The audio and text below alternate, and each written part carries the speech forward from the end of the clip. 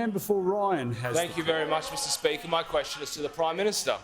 Australia is recovering from the COVID-19 pandemic and confidence is building, but significant challenges lie ahead of us. Will the Prime Minister please outline to the House how the Morrison government is demonstrating strong and decisive leadership to keep Australians safe by addressing the many threats to our national security so we can look to better days ahead?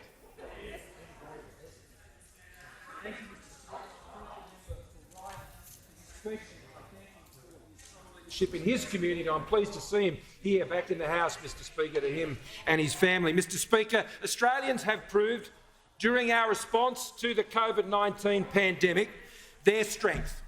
They have proved their strength, and indeed our response has had faith in that strength, Mr Speaker, and the resilience of Australians, and that has resulted in Australia having one of the lowest fatality rates of COVID-19 of almost any country in the world, saving more than 30,000 lives here, at least, Mr Speaker, in Australia because of our response to COVID. Mr Speaker, in addition, we've had one of the strongest economies of advanced nations around the world pushing through COVID with great strength from the Australian people, particularly small business owners, Mr Speaker.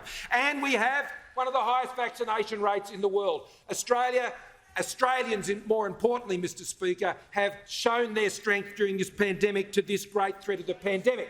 But this is not the only threat that Australia has had to continue to face, not just during the course of this pandemic, but over many years, and we will continue to in the future, Mr Speaker. And that's why our government has continued to take strong and effective action, Mr Speaker, to counter the threats that Australia faces. Importantly, $1.2 billion, Mr Speaker.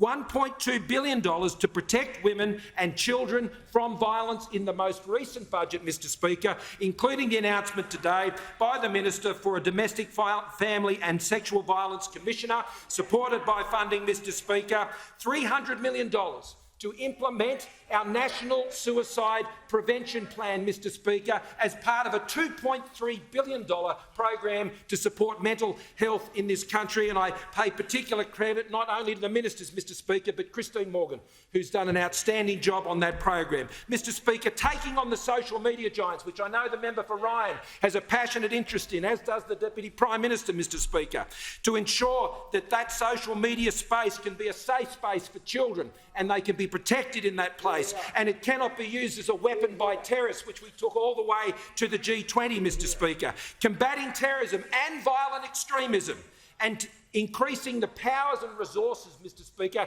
to our agencies to achieve that. And today we have listed fully Hezbollah, Mr Speaker, but not as a terrorist organisation, but not only them, we have listed the base, a violent right-wing extremist organisation, Mr Speaker. We have no truck with that sort of business, Mr Speaker. I can assure you, and no one in this House should. Smashing organised crime through programs like Operation Ironside and record investments in defence, AUKUS, working with our partners. Mr Speaker, Australia cannot afford weakness on national security. It cannot afford weakness on a national security to keep Australians safe. Order.